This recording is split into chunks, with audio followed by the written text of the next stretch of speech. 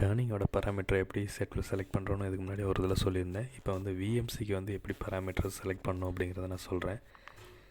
விஎம்சிக்கு பார்த்திங்கன்னா மொத்தம் 4 விஷயம் இருக்குது. ஒன்று வந்து நீங்கள் ஸ்பிண்டிலோட ஸ்பீடு, ரெண்டாவது ஃபீட் ரேட்டு, அது போக மூணாவது டெப்த் ஆஃப் கட்டு. ஸோ இந்த டெப்த் ஆஃப் கட்டு, ஸோ இந்த 3 விஷயத்த வந்து நீங்கள் மாற்றி சேஞ்ச் பண்ணீங்க அப்படின்னா, டெப்த் ஆஃப்லேயே 2 டெப்த் ஆஃப் கட் இருக்குது. ஒன்று வந்து ஜெட் ஆக்சிஸில் வர்றது, இன்னொன்று வந்து சைடு வைஸ் வந்து நகர்த்தக்கூடிய ஸ்டெப் ஓவர்னு சொல்லக்கூடிய டெப்த் ஆஃப் கட்டு. ஸோ இந்த 4 விஷயத்த நீங்கள் சேஞ்ச் பண்ணுறது மூலயமா உங்களோட டைமை வந்து உங்களால் சேஞ்ச் பண்ணிக்க முடியும். எவ்வளோ நேரம் ஓடுதுங்கிறத உங்களால் சேஞ்ச் பண்ண முடியும். ஸோ அதில் மொதல் 2 விஷயத்த நான் ஃபஸ்ட்டு சொல்கிறேன். ஸோ நம்ம டெப்த் ஆஃப் கட்டு நம்ம இன்னொரு நாளைக்கு பார்க்கலாம். ஸோ ஃபஸ்ட்டு பார்த்திங்கன்னா கட்டிங் ஸ்பீடை எப்படி கால்குலேட் பண்ணுறது. இப்போ நான் இந்த ஸ்லைடில் பாருங்கள், விஎம்சி பாராமீட்டர் கால்குலேஷன் எப்படி வந்து ஒரு ஸ்பிண்டில் ஸ்பீடை வந்து நம்ம வந்து கண்டுபிடிக்கணும். அதாவது ஒரு கட்டர் எவ்வளோ ஸ்பீடில் சுற்றணும் அப்படிங்கிறத எப்படி நம்ம டிஃபைன் பண்ணணும் அப்படின்னா, கட்டிங் ஸ்பீடு அப்படின்னு சொல்லி அதுக்கு ஒரு ஃபார்முலா இருக்குது, /1000.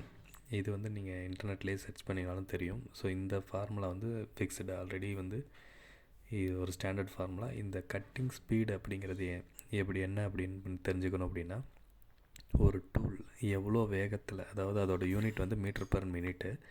ஸோ ஒரு டூலை ஒருத்தவங்க தயாரிக்கிறாங்க அப்படின்னா, அந்த டூல் வந்து மெட்டலில் எவ்வளோ வேகமாக ட்ராவல் பண்ண முடியும் அப்படிங்கிறத அவங்க டெஸ்ட் பண்ணி சொல்லுவாங்க. ஸோ இப்போ பார்த்திங்கன்னா ஸ்டாண்டர்டாக வந்து ஒரு கார்பைடுக்கு 120லேருந்து 150 வரையும் மீட்டர் பர் மினிட்டில் ஒரு கட்டிங் டூல் வந்து ட்ராவல் பண்ண முடியும் ஒரு மெட்டீரியல் மேலே, ஸ்டீல் மேலே. ஸோ அப்போ இதுவே வந்து நீங்கள் ஏதோ ஒரு இன்சர்ட் வாங்குறீங்க அப்படின்னா, அந்த இன்சர்ட்டோட பாக்ஸுக்கு பின்னாடி வந்து போட்டிருப்பாங்க உங்களுக்கு வந்து கட்டிங் ஸ்பீடு. எங்களோட இன்சர்ட் வந்து இவ்வளோ கெப்பாசிட்டி உள்ளது, அதாவது 80 இருக்கலாம், இல்லை 120 இருக்கலாம், 150 இருக்கலாம், 300 கூட இருக்கலாம். ஸோ அவங்கவுங்க போட்டிருப்பாங்க. இது ஸ்டீலுக்கு இவ்வளோ யூஸ் பண்ணிக்கோங்க, இல்லை அப்படி அலுமினியத்துக்குனா இவ்வளோ யூஸ் பண்ணிங்க. இந்த மாதிரி மெட்டல் பேஸ்டாக வந்து என்ன பேராமீட்டர் எடுக்கணும், என்ன விசி எடுக்கணும்னு சொல்லி மென்ஷன் பண்ணியிருப்பாங்க. ஸோ அப்படி எதுவும் மென்ஷன் பண்ணலை அப்படின்னா 120லேருந்து 150 நீங்கள் எடுத்துக்கலாம் ஸ்டீலுக்கு. இது கார்பைட் டூலாக இருந்தால். இன்கேஸ் ஹெச்எஸ்எஸ் டூலாக இருந்துச்சு அப்படின்னா 70க்குள்ளே தான் நீங்கள் யூஸ் பண்ணணும். அலுமினியமாக இருந்தது மெட்டல் அப்படின்னா நீங்கள் 300லேருந்து 500 வரையும் நீங்கள் யூஸ் பண்ணலாம். ஸோ இந்த எதை பொறுத்து எந்த மெட்டல் யூஸ் பண்ணுறீங்கிறத பொறுத்து யூஸ் பண்ணிக்கலாம்.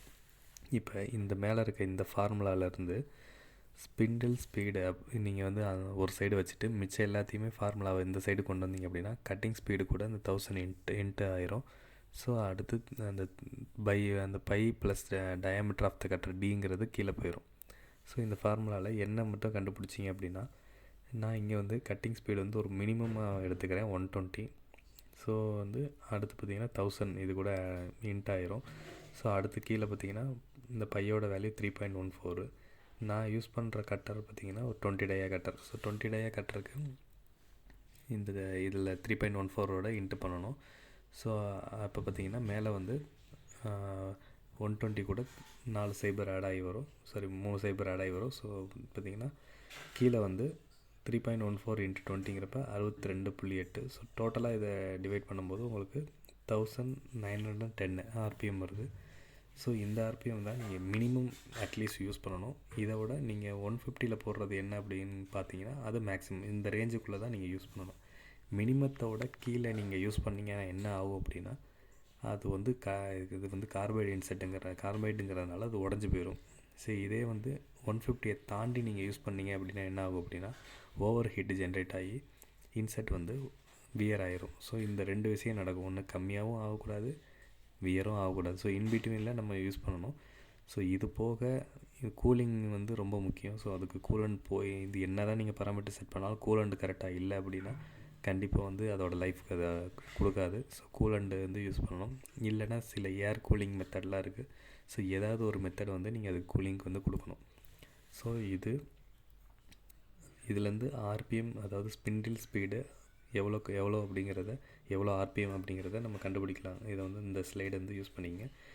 இந்த இதில் நல்லா தெரிஞ்சுக்கிட்டீங்க அப்படின்னா நீங்கள் வந்து ஒரு அப்ளிகேஷன் இன்ஜினியர் வந்து உங்களோட மிஷினில் வந்து ப்ரூவ் பண்ணணும்னு அவசியம் இல்லை. ஸோ உங்களாலேயே வந்து ட்ரை பண்ணி நல்ல ஒரு சைக்கிள் டைமாக கொண்டு வர முடியும்.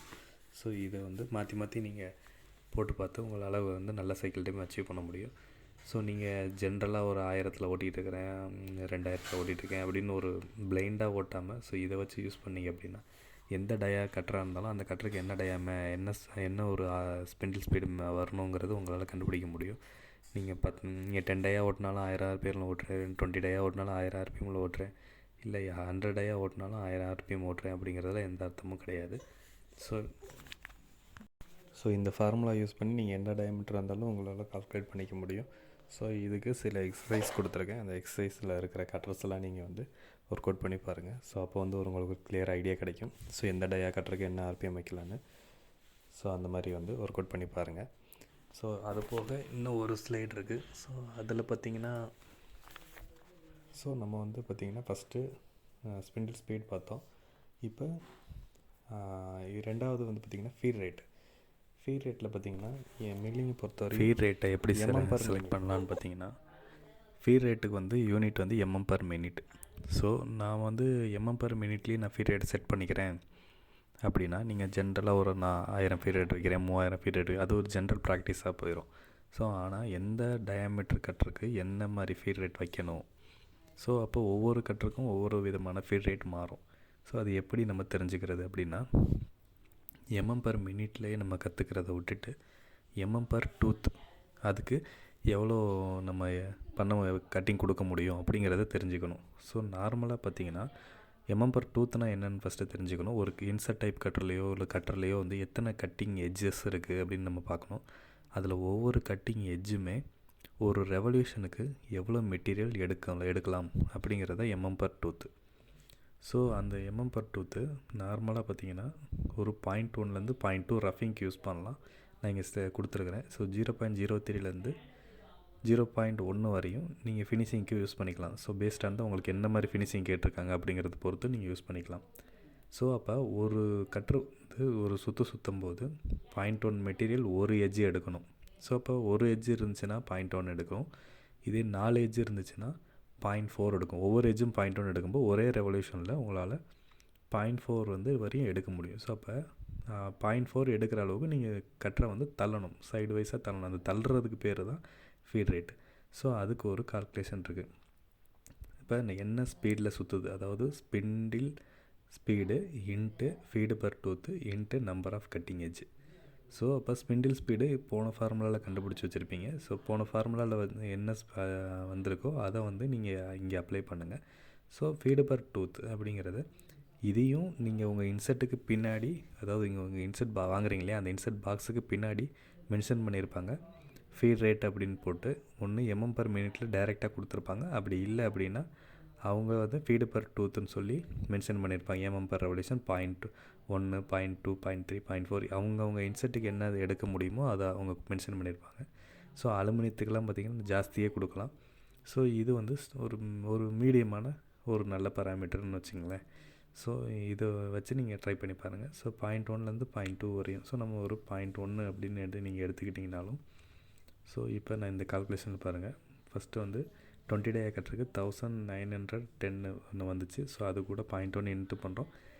20 டே கட்டரில் 4 இன்செர்ட் இருக்குது அப்படின்னா, ஸோ அதை 4ன்னு போட்டு இப்போ இது பண்ணிங்கன்னா 764 வருது. ஸோ இந்த ஃபீட் ரேட் வந்து நீங்கள் 764ங்கிறத மென்ஷன் பண்ணி ப்ரோக்ராம் ஜென்ரேட் பண்ணலாம். ஸோ இல்லை இன்றைக்கி 4 எட்ஜுக்கு பதிலாக 2 எட்ஜு தான் இருக்குது அப்படின்னா நீங்கள் பாதி தான் கொடுக்க முடியும். ஸோ இப்போ 764 வராது, பாதி தான் வரும்.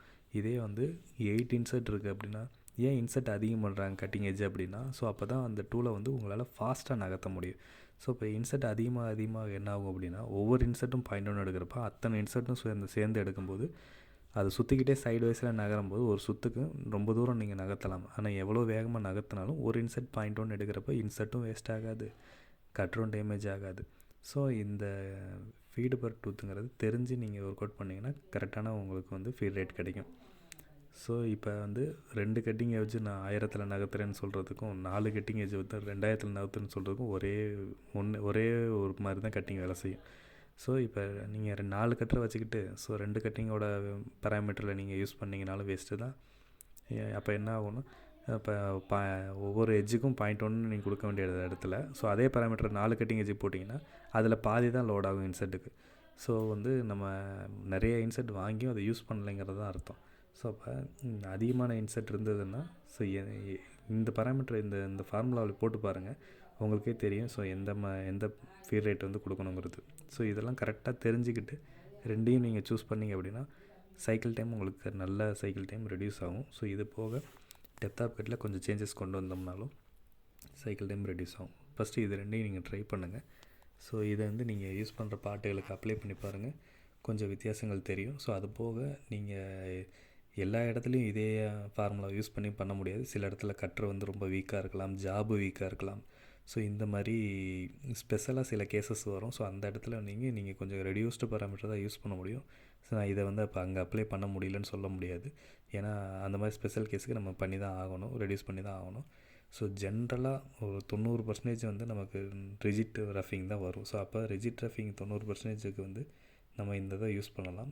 ஒரு 10% வந்து நான் ஸ்டாண்டர்டாக அந்த மாதிரி ஏதாவது ஜாபுகள் வந்தால் அந்த இடத்துல நம்ம ஸ்பெஷலாக வந்து ஒர்க் அவுட் பண்ணிக்கலாம். ஸோ அதுக்காக நான் எல்லாத்துக்குமே நான் சேஃபான பாராமீட்டரை யூஸ் பண்ணுறேன், கம்மியான பாராமீட்டரை யூஸ் பண்ணுறேன் அப்படின்னு நீங்கள் எல்லா ஜாப்புக்கும் பண்ணிகிட்டு இருந்தீங்கன்னா அது உங்களுக்கு தான் வந்து ப்ராஃபிட் வந்து வராமல் ஒரு லாஸ் ஆகும். ஸோ அதனால் இதை யூஸ் பண்ணி ட்ரை பண்ணி பாருங்கள், என்ன டிஃப்ரென்ஸ் வருதுன்னு நீங்களே உங்களுக்கு தெரிஞ்சுக்குவீங்க. ஸோ அடுத்து இதே பார்த்திங்கன்னா சாஃப்ட்வேரில் நான் காமிக்கிறேன். சில சாஃப்ட்வேரில் பார்த்திங்கன்னா இதில் ஃபீட் ரேட் என்ன அப்படிங்கிறது பார்த்திங்கன்னா ஃபீடு பர் டூத் என்னன்னு சொல்லி அதுவாகவே கேட்கும். ஸோ அதை நீங்கள் இன்புட் பண்ணாலே அதுவாகவே இந்த ஃபார்முலா படி என்ன ஆன்சர் வருமோ ஸோ அது வந்து ஃபீட் ரேட்டாக எடுத்துக்கும்.